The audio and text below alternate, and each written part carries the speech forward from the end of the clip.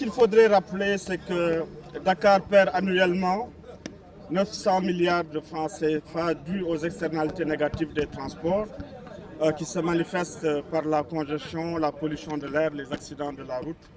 Sous l'impulsion du chef de l'État, il y a un changement de paradigme qui est en train de s'opérer par deux leviers principalement. L'investissement massif dans les transports capacitaires pour faire de cette capitale une capitale performante, à la fois une performance économique, mais aussi une performance environnementale qui répond aux besoins d'équité sociale. Transport capacitaire, donc je disais, avec le TER, le BRT et la restructuration du global du réseau de transport collectif, mais aussi un changement de paradigme qui prend l'option d'un aménagement équilibré du territoire avec la création de villes nouvelles. Aujourd'hui, nous sommes réunis sous la présidence de M. le gouverneur de Dakar pour marquer un jalon technique important pour le BRT, le démarrage des essais statiques, des essais de gabarit. En gros, il s'agit de tester conformément au cahier de charge la performance du BRT par rapport aux travaux d'infrastructure, par rapport à ces interfaces en station. Et nous aurons un mois pour ces tests statiques qui seront suivis de tests dynamiques qui vont inclure donc les interactions avec l'ensemble des éléments système et l'ensemble de la circulation générale avant d'aller sur les tests de performance et la marche à blanc avec la montée en charge plus tard des voyageurs. Donc ces tests sont un jalon extrêmement important. Nous avons à cet effet demandé l'accompagnement de toutes les populations pour que ça se fasse dans les meilleures conditions. Comme vous le savez, nous sommes complètement mobilisés sur l'échéance donnée par la plus haute autorité de mettre en service ce BRT à la fin de l'année avec 150 bus qui sont prévus, mais 121 dans une première phase. Vous avez vu les bus articulés, capacitaires, climatisés, mais le plus important, c'est que ces bus vont contribuer avec cet investissement à la création d'emplois. 1000 emplois jeunes sont attendus, des emplois pour des jeunes Sénégalais qui sont en train d'être formés pour demain offrir une meilleure qualité de service aux usagers dakarois. Naturellement, les impacts des manifestations sont très lourds. Ils sont estimés à plus de 5 milliards de francs CFA. C'est l'occasion pour moi de rappeler à toutes les populations, mais ça le gouverneur le fera mieux que moi, que le BRT est un patrimoine sénégalais.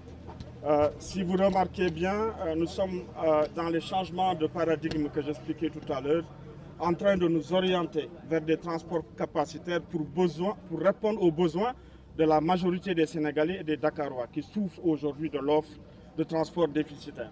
Donc faisons de ce patrimoine un bien commun.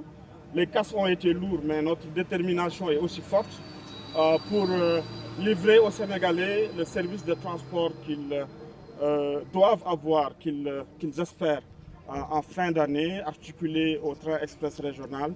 Et je peux vous dire que la communauté internationale salue au plus haut niveau les efforts faits par l'État du Sénégal pour faire le premier BRT au monde 100% électrique alimenté à l'énergie solaire.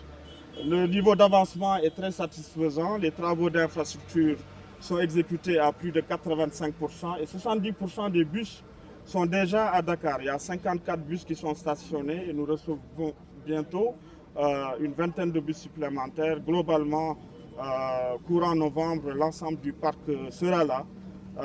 Nous demandons par cette occasion à l'ensemble de la population sénégalaise, la population riveraine, l'ensemble des jeunes, de faire de ce BRT leur patrimoine. Les 1000 emplois qui vont être générés par ce projet sont pour des Sénégalais et seront vraiment... voilà, le BRT sera l'outil privilégié aussi de transformation de la capitale. On a parlé beaucoup de transport, mais n'oubliez pas tout ce qui se passe autour du BRT. Il y a 40 km de réseau d'assainissement neuf, de l'éclairage public, de l'aménagement paysager et une meilleure répartition de la route, un meilleur partage de la voirie. Donc c'est tout cela le BRT et c'est l'occasion d'appeler à un esprit de responsabilité pour que ce patrimoine soit préservé. Alors, ce qu'il faut dire, ce BRT capacitaire vise à terme 300 000 voyageurs par jour. C'est extrêmement important dans le couloir et nous assumons le fait de donner une priorité au transport capacitaire. Il faut rappeler un indicateur simple. Quand une voie prend 1200 véhicules par heure et par sens, le BRT va permettre de prendre plus de 12 000 voyageurs par heure et par sens. Donc le calcul est très simple. Il faut transporter des personnes et pas des véhicules.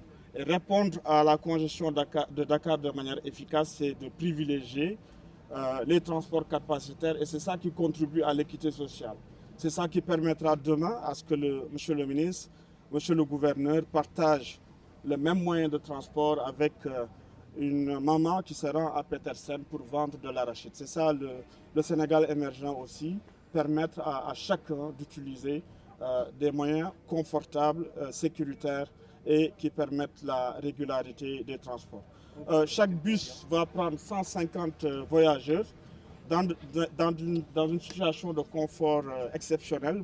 Vous l'avez vu, les bus sont climatisés, les temps de parcours seront respectés et nous allons travailler avec l'ensemble des autorités administratives locales, la police aussi, pour que les comportements des usagers soient à la hauteur des investissements consentis par l'État du Sénégal. Ça, c'est un réel défi et vous y avez aussi votre contribution, tous en tant que citoyens, comment cohabiter avec cette modernité, mais aussi avec des comportements vertueux. Je voudrais donc, au terme de cette expérience